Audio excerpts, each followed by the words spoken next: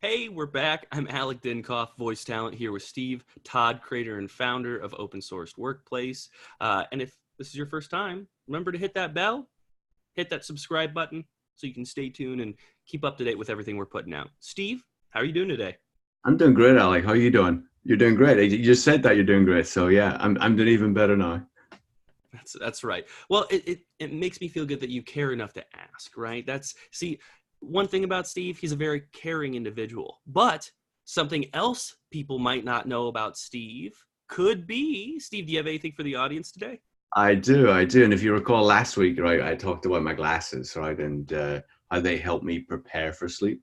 So again, that going back to that sleep environment, I unfortunately I don't have those blackout shades, so I don't have the ability to darken the whole room. So what I do, and again, I brought a prop with me. I actually have this little mask that I wear every day, everywhere I go, and this actually helps me sleep like a baby. And it's as soon as I put this on, I'm not going to put it on, don't worry. As soon as I put it on, it tells my brain it's time to go to sleep, and I love it. It took me a few minutes to actually get used to it. I say a few minutes, a few nights. But anywhere I go, anywhere I travel, that comes with me. I love it. Okay, so it's part of your nightly routine, and it's almost a trigger in a Yep. sense that says, "Hey, sleep time," right? Yep. Very cool, very cool. Everybody has their own special tricks throughout the day, whether it be, I have my, I don't know, my coffee after my morning meal, or I have my, not that you should, or I'm an advocate, but I have my cigarette after my certain break at work, or something like that. You Come know, on, Alec. Come on.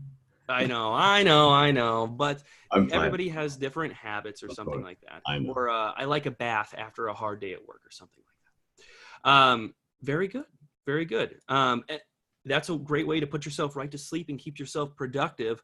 But as most people who follow the show know, we like to share other productivity tips. Steve, do you have one for us today? I do, and you just touched on it, right? So what happens if you're working and you're getting exhausted and you sort of want to sort of rev yourself up? Well, take an exercise break. Get yourself out of that seat, get some fresh air, go for a run, go for a cycle, go for a walk, get to the gym, whatever that is that sort of helps reinvigorate the body, gets the blood flowing, gets oxygen to the brain. So today, tip of the day, exercise. Break your workout with exercise. It's true. The brain loves oxygen. Fresh air does wonders. It's amazing. Um, it helps fight all sorts of stuff, not only like depression, weight gain. It does. It's so good for you. It's so good, not just for creativity and energy. Um, but how do we know that, Steve? Probably from lots of data scientists have collected, right? That brings us to the article for the day. Big data, a revolution that will transform how we live, work, and think. I read it. It's in podcast form. It's out on Open Sourced Workplace. Check out link in the description. It's also on our website for in case you want to read it. It's a great article. Check it out. The author takes the stance that simple models and a lot of data trump more elaborate models based on less data. Do you agree with this, or is there a time and a place for both? So I honestly believe the data, the simplicity of data, if data is not easy to interpret, then it has zero value. Zero value is not right, but in essence, the simplicity of it is actually what gives it value. So if you're analyzing whatever it is you're looking at, if you're able to look at it and anybody could just pick it up and just read it and understand what's there, then that's the best type of data. The more complex and the deep dive you need to take to really fully understand what's being presented, there's value to that, but in essence then it's a different type of value. So I think that simplicity is what's key. Okay. Yeah, just like a carrot that you can't eat, big data that you can't understand doesn't really do you much good. But I do want to clarify. So if big data comes along in its raw form, right, it doesn't do some people much good at all.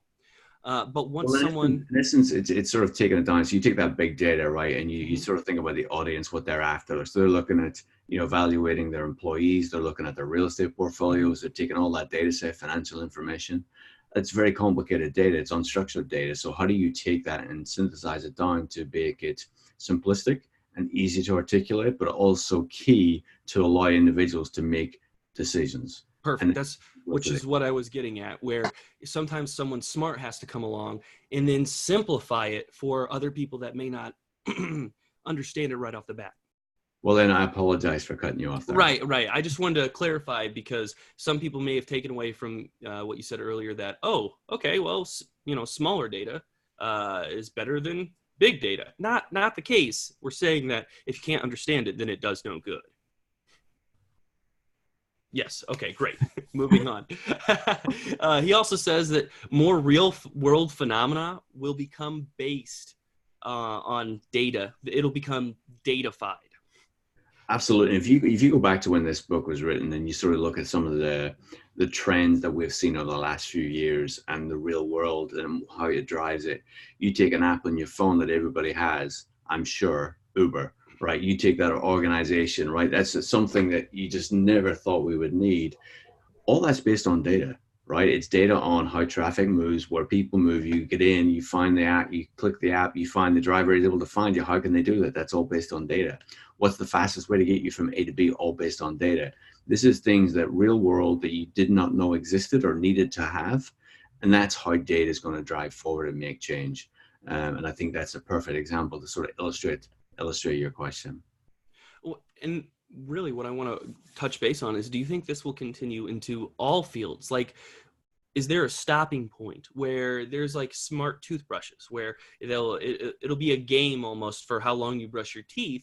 But if that syncs to the internet, which I don't think it's out yet, correct me if I'm wrong, put it in the comments. But then it can collect data, especially if you opt in or opt out. Everything's so tricky nowadays. But it's collecting data all the way down to the point of how long you do an activity on yourself, which is brushing your teeth.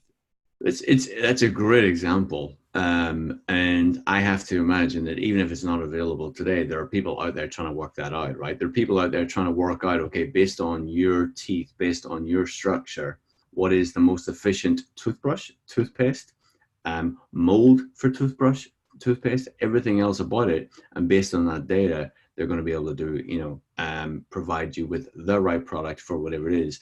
And there's going to be things out there that we haven't even thought about. And I think what the evolution is, as we get to know more and more data, especially about the human body, then from that, you're able to make smarter decisions, right? You as an individual can then make a decision. Do I want to eat this? Do I want to eat that? Do I want to exercise? Do I want to get that fresh air? Or based on the data that you're able to access, that's not the right option for you. So I don't think there's anything that's not going to be driven by data. Some of the things that will be driven today, we just don't know because we haven't thought about them just yet. Mm-hmm. Mm-hmm. Knowledge is power, so they say. So, yeah.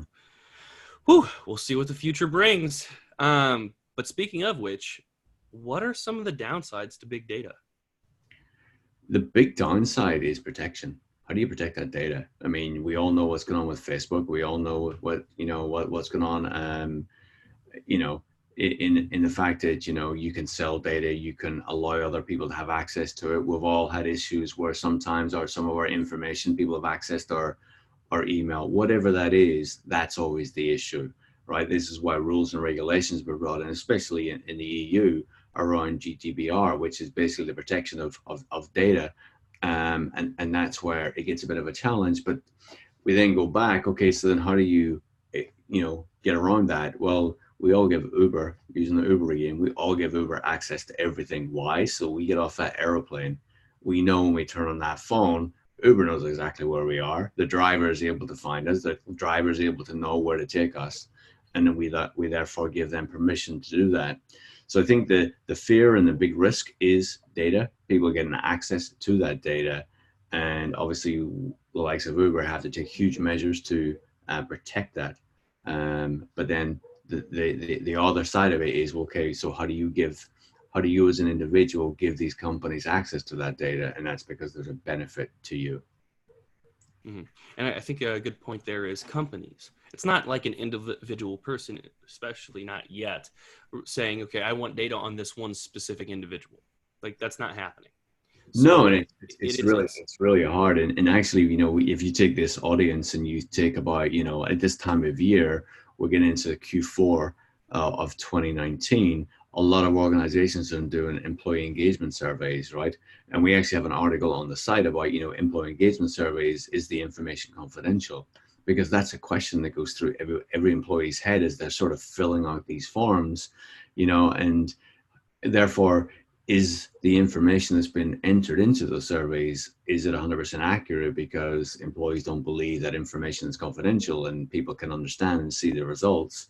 And therefore, that's where you get some sort of issues. So I think that's where you maybe were going with that, but I just wanted to throw that out there. Mm-hmm, mm-hmm.